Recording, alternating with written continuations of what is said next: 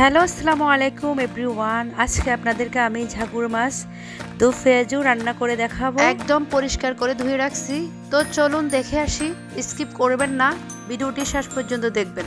ঝাগুর মাছের জন্য যা যা প্রয়োজন সব কিছুই আমি আগে থেকেই রেডি করে রাখছি। এই যে দেখুন, আদা, কাঁচা মরিচ, টমেটো হলে বেশি ভালো হইতো, বাট টমেটো নেই। টমেটো ছাড়াই আজকে দো পেঁয়াজু করতে হবে।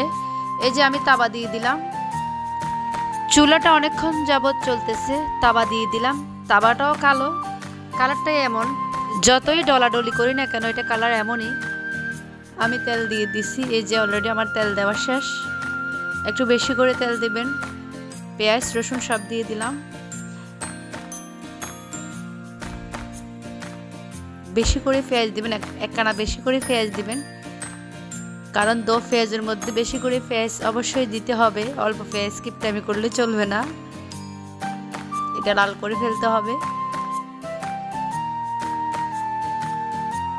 আমার পেঁয়াজ লাল হয়ে গেছে অলরেডি। আদাটা দিয়ে দিলাম, পেঁয়াজ বাটা দিয়ে দিলাম আবারও।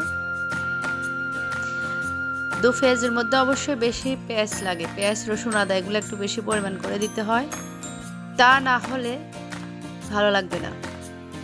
আমি আমার মতো করে রান্না করি, আপনারা আপনাদের মতো করে রান্না করবেন। মরিচ হলুদ সব কিছুই দিয়ে দিছি। এই যে এভরিথিং দেওয়া শেষ। অবশ্যই রাঁধুনি মশলা ইউজ করবেন।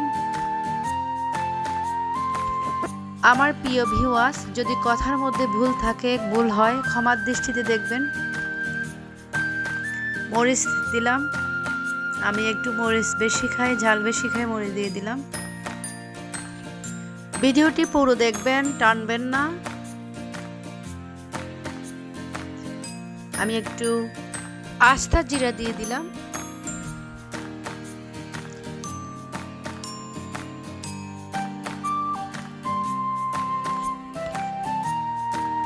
ভালো করে লড়বেন যেন লেগে না যায়।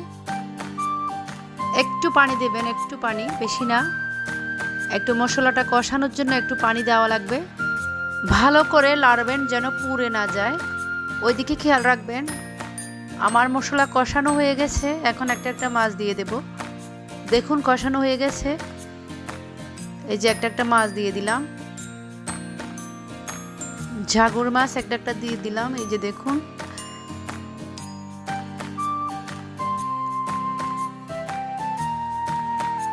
উল্টাইয়া পাল্টাইয়া ভালো করে লড়ে দিবেন। একখানা ভালো করে লাড়বেন। মাঝে মাঝে আমি পাঁচ মিশালি কথা বলি, ওইটা কিছু মনে করবেন না, ভালো করে লাড়বেন। এই যে দেখুন কত সুন্দর একটি কালার আসছে, দেখুন। এটার স্বাদটা না কেমন টেস্ট হয় জানেন। একটু পানি দিয়ে দিবেন পরিমাণ মতো,